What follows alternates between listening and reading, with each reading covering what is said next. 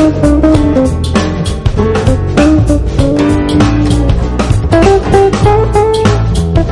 welcome to Be My Guest, and today we have Charlotte Hebert, and she is the author of Meditate and Experience God. You know, if I say this fast enough, it'll come out the right way. Meditate and Experience God. I met Charlotte, ironically enough. We were over at the Westboro Library, and we just happened to be sitting, you know, in the same row. And we were there looking at 3 or 4 authors. Right. And they were just doing their thing and presenting what they do. And then after the show, we've interviewed Jeff Nowak, the journalist, and he came up behind us, and he started asking us questions, and we kept talking about it. He was just reviewing the show. Way better to way. You and I met. He was on the show, and now you are. And Charlotte, this book, I don't know how to describe it. I've never seen a book about meditating that took in so much about the different religions. Can you tell me how you got into this? Tell us about it. Well, I've been meditating about 30 years total. So I started when I was a freshman in college. And I guess I just got to the point where I felt I know something that's really great, and I want other people to know about it too. I feel like it was kind of my calling to write this book. I felt like I have to share and I have to give what I know about meditation, because I find meditation to be so very helpful. And I just think that if everyone in the world, one of those, Pollyanna idealistic thoughts, but if everyone in the world could meditate, what a great world we'd have. And people would be happier in general, they'd be healthier. So I guess I just felt this calling. And one of the reasons, I guess I'd heard that one of the spiritual teachers has always said that the saints and sages give us testimony time and time again about God and about meditation. And I guess I was curious, like, what saints and sages and what have they said about? Because I know you covered the Indian. Yeah. And what are a couple of the other ones? Yeah, so I take all the world's great religious traditions. So that's basically Christianity, Hinduism, Buddhism, Islam, and Judaism. And so I take 9 saints and sages, or they're 9 saints, mystics, and sages from all the world's great religious traditions. And they're from different eras, they're male, female, different eras and time frames. And they all talk about when they go within, they get quiet, they meditate, what happens when their soul communes with God. And they all say very similar things, which is really fascinating. It's pretty much, they'll say it's ineffable to some point, that you can't really talk about it, but they also give very similar experiences, so it doesn't matter what religious tradition you come from. Picking up on. Yes, and it's also great because it's possible for us to do it. It's not just the saints and sages. They might be a little more tuned in, they might, get it really quickly, but we can do it. It's our birthright. If you believe what the teachings tell us, and if you try it for yourself. That's what my book's all about, is having an experiential nature to it, so that you have to find out for yourself. You can't just take you can't take my word for it. You can't take any of the mystics' words for it. Well, it's interesting because for a number of years, there's an Indian lady that she does it in her home, but a meditation class. And I was a little bit, I'll go see. Right. I stuck with it. It took me years to get to the point where I could relax enough. I was out. Now it's almost very easy for me. And I've never seen anything like it. And she woke me up in the class one time. It was over, and she said, "Jan," I said, and I said, "Oh, I fell asleep." She goes, "No, you were in deep meditation." I think it's a fine line, because and I'm the only blonde, blue-eyed person in the room. Everyone else is East Indian. Well, they took me in like a family. I fell in love with the whole thing. I'm not into any religious part of it. It was just what she was saying. You relax from the top of your head down. A little bit of singing in Hindi. I can do that a little bit now too. Which they get a kick out of. If I go home and I sing. That's great. Yeah. Some of them have just come over from India. They're like, "Where'd you find her?" That's cute. Yeah, it's fun. It's fun. And so, have you experienced all the different styles, the Buddhism style, the Hindu style? Well, I've mainly done TM. I did TM, which is Transcendental Meditation, for about 20 years. And now I'm doing a different form called Kriya Yoga. Now, what's that? Well, I actually follow a group called the Self-Realization Fellowship. They're a worldwide organization. Their teacher, so there's different teachers out there. There's Buddhist teachers and Hindu teachers, and their teacher is actually Paramahansa Yogananda. He came over from India in 1920. He's no longer alive, but he was one of the first people to bring the teachings of yoga. Is he the fellow with the long, long hair? He's not the Maharishi. No. This fellow has almost long hair. Very, very yes, long. that's him. I've seen him on the books at the library. Okay. Yes, that's him. In fact, his book, he's got several books out. One of his famous books is Autobiography of a Yogi. I thought it was a woman. And then I realized okay, right. A lot of people have said that. Yeah. And so one of his books is Autobiography of a Yogi, and that's a great book for anyone who wants an introduction. But what's also interesting about that book is it was rated one of the top 100 most spiritual books of all time by some panel of people who decided which are the 100. So he sold millions and millions of copies of that book. But anyway, he was one of the first people to bring the teachings of the East, the teachings of India, and the teachings of yoga to the United States. Before the Maharishi came, he came in the 60s. But Paramahansa Yogananda came in 1920. And yoga, a lot of people don't know this, it just means union. It's a Sanskrit word, and it means union. And it basically refers to any activity where the soul is trying to commune with God and have union with God, because that's what the teachings tell us, is that's ultimately what we all want to do and what we all should be doing eventually. God actually wants us all back, and so we're going to go back at some point. So I forget what you asked me, but about the different kinds I've done. Yeah. So that's what I'm doing now. I'm following the teachings of Paramahansa Yogananda, and so I do Kriya Yoga. Which is you're so enthusiastic. I love it. Well, I really believe in it, so I'm really glad that you had me on the show. Yeah, what brought you to this? When I was 18, I was in college. I was at UMass Amherst, and I was raised. I majored in psychology, and I still use that a little bit too, because I volunteer in an organization, the Samaritans. But I was raised Catholic. And I was fine with that. I always believed in God. God came just very naturally to me. I just really believed in God. And then I was at UMass Amherst as a freshman, and this TM, Transcendental Meditation Organization, came to campus and gave a free talk.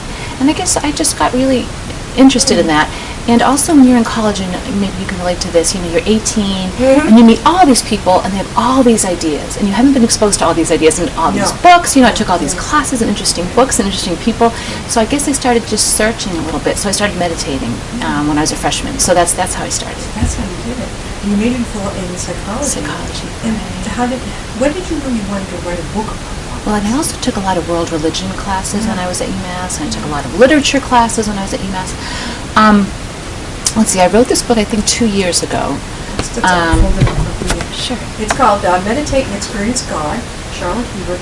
And so you were saying? Yeah, so I wrote it about 2 years ago, and my first love, honestly, is writing fiction, and I've been writing fiction now for years.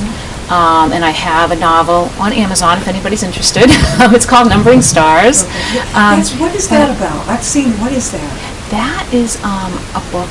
It's what's called contemporary literary fiction, and it's about a woman in her 30s, and her husband suddenly dies, tragically and suddenly. And so it starts her out on both a spiritual journey. I put spirituality in almost all my books, and also a path of self-destruction.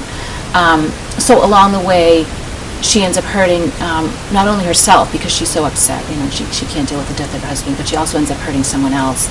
And by the end of the book, she has to kind of realize what's important and what she's done and what she needs to do now. Because I saw that on your site. Yeah. I said, I didn't know she'd written two.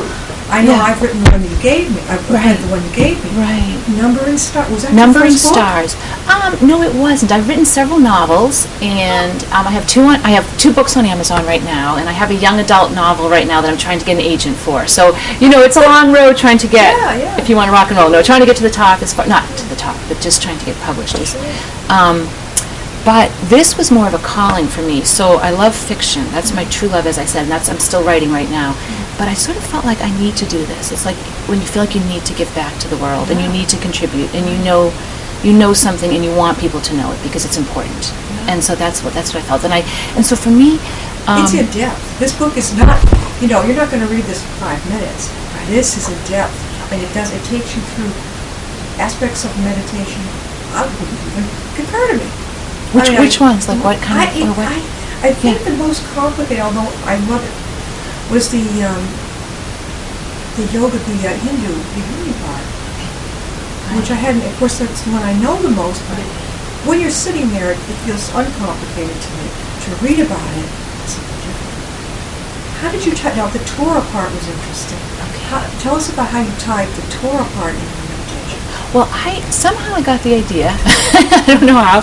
I guess because I was telling you I wanted to do the multi-denominational approach, and I wanted to talk about all the saints and sages, because I'd heard from Yogananda, from Paramahansa Yogananda's writings, that all the saints and sages from all the different religious traditions will tell you the same thing. So I wanted to go get the proof, not that I didn't believe it, I did believe it, but I wanted the proof to convince others, because my teacher had told us this, and I said, okay, I want the proof. And I figured it would be more powerful for people to say it's not just someone from India, it's not just Saint Teresa of Avila, who's also one of my saints. It's across all traditions. And the Baal Shem Tov is the Jewish example I use. So that's what I did. I actually asked people, do you have recommendations for different saints and sages and mystics? And different people were very great. They gave me their books and try this. They all had ideas. So you must have done a lot of research. Yeah, I have. Basically, I have 410 footnotes in the book. So I think I looked at, and people were just very generous with giving me books, and I think I looked at maybe 30 or 40 books to do the research. How long did it take you to read this? Well, I do it part-time, and I think I wrote it over the course of 1 to 2 years, but for me, it was just for like writing a term paper, so it kind of came naturally, like it wasn't really that hard, and maybe I was inspired, maybe I was divinely inspired, I don't know if I was, but it wasn't that hard. I find fiction harder, but fiction is my love. You know, it's a little more pleasurable, more creative. Did you prefer to do it on your own computer at home as the ideas came to you, or write or phone? Yeah, I do it more online now. I used to just do everything writing, but I finally made the switch, and now I do it online. What do you do other than writing books? I'm a mom, so I How have old are your children? I have one. We have one son, and he is a freshman in high school. Okay, so he's 15. He's yeah, 15. yeah. Does he have this talent at all? Do you see any writing? You know, I hope he's not embarrassed by this, because he gets embarrassed by some things. Yeah. But he actually, I find him to be very creative, but in a different way. I mean, I think he's a good writer. He seems like he's solid. He understands the mechanics of writing. But I find him to be very creative and very funny. And I almost think he's a comic genius. And of course, I'm his mother, but he's always entertaining us around the house. He's very funny. And I almost see him as another, Mike Myers, somebody who did all those characters like Shrek or Jim Carrey, or one of these people on SNL, Saturday Night Live. So that's 1 in a million kind of odds. But that's where I see him. And are you the only person in your family who's actually written and published a book? Right. And I've published short stories and some essays. So, all right, this is not your... When I saw the 2 books, I thought, as I said, I had never read Numbers. I want to read that. Yeah. And now you're working on the one for young adults. Right. How long have you been working on that? That's a good question. I think off and on, because I will do a couple things sometimes at once, which I'm not usually a multitasker, but I might have to put that down. I prepared a talk. I gave a talk on my meditation book at Tatnock, so I had to prepare that talk. And so I'll put things down for a while. If I try to get something published, I'm trying to get something else published, then I have to query agents, so I'll start my project that I'm working on. But I've been working on that only about half a year now. And what made me write that one's called Going Green in Hollywood, at least as of this moment. And it's actually a book on the environment. That's one of the messages. It's mainly about, because young adults don't want to just hear about the environment. They don't want to be told this or told this. So it's mainly about a family dynamics. And it's the setup is, there's this girl, she's 16 years old, and she is a literal genius. She just happened to be born that way, and I can make her anything I want. Yeah. So I decided to make her a genius. Yeah. And her parents are both movie stars. So I thought that would be quite a disconnect to have a genius with movie stars who are very self-absorbed. They're a little neurotic. They're having their problems. They're separated. Narcissistic. Yeah, narcissistic, exactly. They're separated, and they neglect her. They've always neglected her. They don't really know what to do to be parents, so she's been very neglected. But meanwhile, she has this mission in life to try to help with the environment and try to use her parents' fame to help her get the message out, because she really sees that the environment needs help. This is I want to read this. You're making but the reader, thank you. But the reader has to wonder, Is she really interested in saving the environment, which she is, or is she just acting out because she ends up acting out and doing some self-destructive things too? And is she doing that because she's been so neglected and she's looking for attention? So and it's a little both. Okay, we're going to wonder. We'll wonder about that. And that might be out when? Well, I'm trying to get an agent. So if any Agent agents, or publisher? well, I think you need an agent first to go for the I know major. Okay. Unless you have a contact for me. I have a contact one who has a real publishing company. Okay, we'll talk after. Yeah, we'll talk. Yeah. Okay, great. So now, all right. So the next one coming up is that one, and. I know that you had a book signing. I couldn't make it. Yeah. The book signing. Yeah. How did that go? Right. Well, that can go either way. Right. Well, I had about a dozen people come, and all of this. So I had some friends and family and some strangers, and all the strangers did buy the book, which was good. That's a good sign if they all want to buy the book. Right. So the talk was about half an hour, and I just addressed. So I think it went well in that. It was a good thing for me to get out there and talk about the book and try to get people interested in meditation and try to know what's so valuable about it. But so the other thing is to talk about the book a little more. Just this is what I talked about at Tatnuk. Is I not only talk about the saints and sages and what they say when they commune with God and what they experience, and they experience transcendence and bliss and this feeling of not being part of their little body anymore, having something bigger than themselves. They experience a feeling of no desire for anything and no feeling of an avoidance toward anything else. So it's just this great well-being, this great peace, this great, and everybody can have it. You can have it for seconds, you can have it for minutes. So I talk about that, but I also talk in this book, because the book is actually, the full title is actually Meditate and Experience God, Saints, Scriptures, and Science Point the Way. Right, that's right. Yeah. So I also talk about the Scriptures, how that ties in with what the saints and sages are telling us about God and about meditation. And I also talk about, and this could be great for people who don't know if there's a God, maybe don't believe there's a God at all, I also talk about what science says. And quantum physics, and I won't go into it in depth unless you're interested, but but quantum physics, I might not get it. it's very, very interesting about quantum physics. What they're finding now is completely different than the Newtonian model of physics. So the Newtonian model, the classical Newtonian model of physics, as first discovered by Newton, really describes this material world that we see around us perfectly well. It's great. It describes all the laws that we have. But if you get to the subatomic particle level, you throw all that out the window, none of it is true anymore. And the quantum physicists themselves, who have PhDs and they've won Nobel Prizes in physics, they say they don't understand it either. It goes against our brain. It goes against what our mind and common sense says. But what it does do, what all these rules do in the quantum world, because they know the rules there too, is it maps very closely to Eastern esoteric thought, which has been around for thousands of years. So it matches to what the Vedas and the Bhagavad Gita and these ancient Hindu scriptures have been telling us about what the nature of reality is, what the nature of God is, what the nature of matter is. It all maps to it. And so scientists might be very intrigued to see that. And I do have some quantum physicists who basically talk about this existence of a transcendent realm or an existence of God.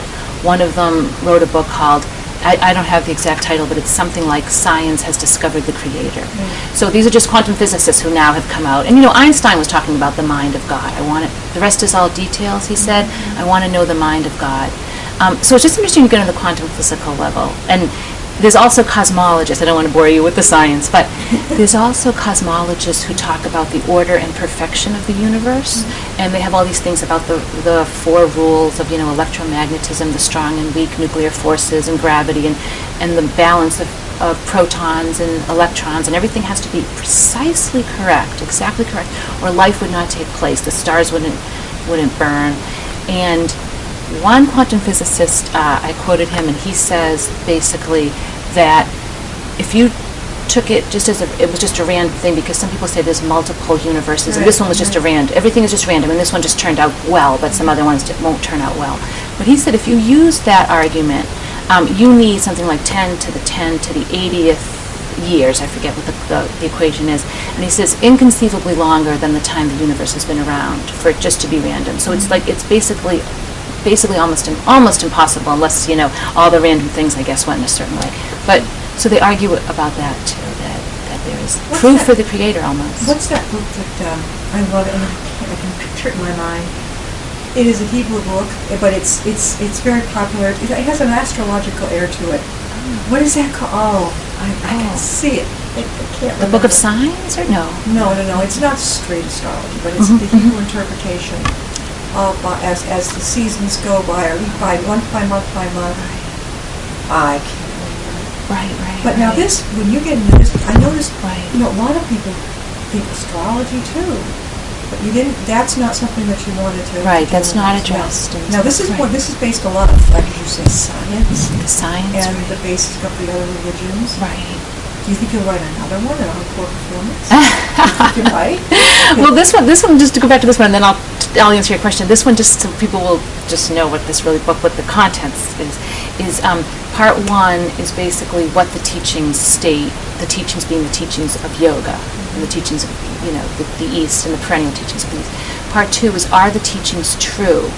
What others say, and the others are saints and sages, scriptures, and science. And then part three, which is important, is find out for yourself. Are the teachings true? Find out for yourself. And that's where I give introductory information on 8 different meditation techniques.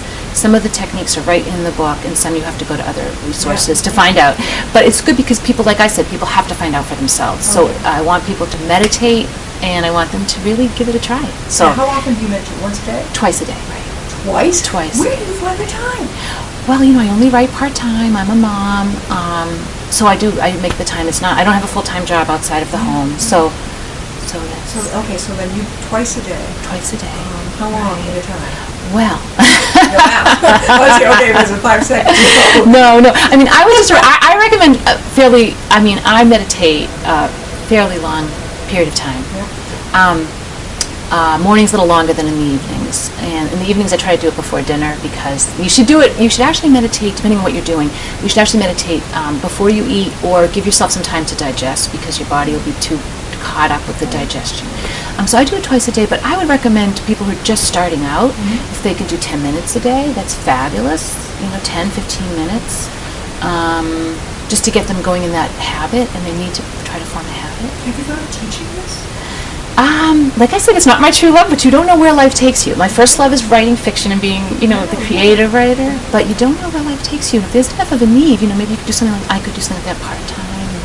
You could do a presentation now. When you were at I know there's a big room out there in the back. I know that artists and friends of mine have shown back there. Yeah. Did you actually have that room? Yes. Did you do a presentation? Yes. You did a presentation? Yes, I stood at the podium. Right, and I had a talk. Do you have, are there anyone else that you can tell the audience where you're going to be? You have everything scheduled now? We videotaped it, but I don't know if the quality of the sound came out well, because I was going to try to get a little bit of it up on YouTube. Yeah. So if people are interested in just videos, right now I don't have any other, I might be on a blog radio show, but I don't have any dates for that yet firmed up, so I can't really talk about that. But there are some, if people are interested, not only can they go on Amazon and check out my book online, you can check it out online, but you can also look at some videos. I have some videos on YouTube. So if they just search for Charlotte M. Hebert, all one word, or they just search for Meditate and Experience God or whatever, they can see some videos of me just giving little pieces. That's your camera right there. Tell them how to reach you, Charlotte. You got your book about it. Okay. Well, I'm on, as I said, I'm on YouTube, which is, my username is Charlotte M. Hebert, all one word. You can search for Charlotte Hebert, Meditate and Experience God. My email, if you're interested in emailing me, is charlottehebert3@gmail.com. And Hebert, it's Charlotte, and then Hebert is HEBERT3@gmail.com. So that's how to reach me. And I would be interested if anybody would like me to speak on a radio show or something. I'd be more than happy to do that, because I do want to get the message out about meditation. There are so many libraries around. Yeah. And I know we had Cheryl Corey. She is one of the co-founders of the Worcester Writers Consortium. Okay. And she was terrific. I've known her. She's sending me some authors too. Oh, good. But good. There's so many. There's a writers group in Milford. Right. At Milford Library. Right. I don't know if Westboro or Northboro has one. Right. You could start that. Right. It depends. I think you have to, those are all good ideas, and I think you have to to some degree target your audience, so Yeah. it can't just be necessarily creative writers. It has to be people who are interested in meditation or experience or knowing more about God or knowing more about, well, what do the saints say? Or There's the something Women's like Wellness Center in Milford. that. See, wellness centers would be great. Yeah, all the wellness centers. Yeah. I'm thinking, especially, not to sound sexist, but women's, wellness centers. They're springing up everywhere. That's The first one I wonderful. ever met was the one in Milford. Yeah. But that can't be the only one, because I've Right. heard other people have been telling me. Right. I think it's very healing. I know that UMass Medical has a form of this, Okay. a meditation type of thing. Not what you do, but, I would think some of the, not necessarily them, but other, maybe some medical places you could connect with and say, this is what I do, but I could do a presentation. Right. I think that's getting the word out. It's just, we Be My Guest is online, as many of our viewers know, or on the internet. We have viewers as far away as South Africa, Ireland, all over the United States. Some of these people are friends of mine too, who are tapping into it. Yeah. Also, Milford is showing our program. Good. And it sounds like Northbridge, Glenn was saying Northbridge is going to be also. Good. And then, of course, you'll have your DVD. Right. You can take that anywhere you want, Right. anywhere and to any venue. Okay. So, which is That's really great. great. Yeah. If you want to approach someplace and let's say you can't get there, you can always put it in an envelope, say, or you've connected and say, look, here's me. Okay. And Right. you're talking about what you do, and, Right. and I think it's great. Right. That's another way to get it out. Right. You got a lot to say. Right. I would think you should book over at Westboro Library where we met. You've seen the book. Right. And there's also mind-body expos and things like that. Yes. So yeah, things like that. Wellness I think expos. the Yeah. Eastern, or just the whole healing from yoga and that kind of thing, it's really caught on the West Coast, and I think it's catching on more and more everywhere. Yeah. But I think there's a lot. So that's encouraging. Yeah, I do Yeah. have healing groups, Yeah. even support groups for people who are recovering from surgeries. Even 12-step programs I hear are using meditation sometimes. I've heard that. I don't know. They it's just- are. It's not in a way that's, I think, the most standard ones. I think it's a little more just being quiet, Okay. that type of thing. Right. But I think your idea of the healing places, the support groups for people who maybe have had emotional, mental health issues, awesome. Right. Recovering from either surgery or it's almost like an child life issue. It's like taking care of your whole self, mind, body. Absolutely, absolutely. thing. I was just at this talk, I think I was telling you before we started taping, that I was at a talk at UMass Medical School in Worcester, and they actually had a filming of a wonderful documentary called Of Two Minds, and it was about bipolar disease, and just hearing the people in the audience talk later about the documentary, parents who have children who have bipolar disease, or people who are on medication for bipolar disease, or who have suffered from it, it's just such a hard disease. But I think meditation would help. It would help anyone, but it would help people like that too. So I know what you're saying. Definitely. Yeah. Everybody comes with all different problems and whatever, or just want to come and learn how to relax more.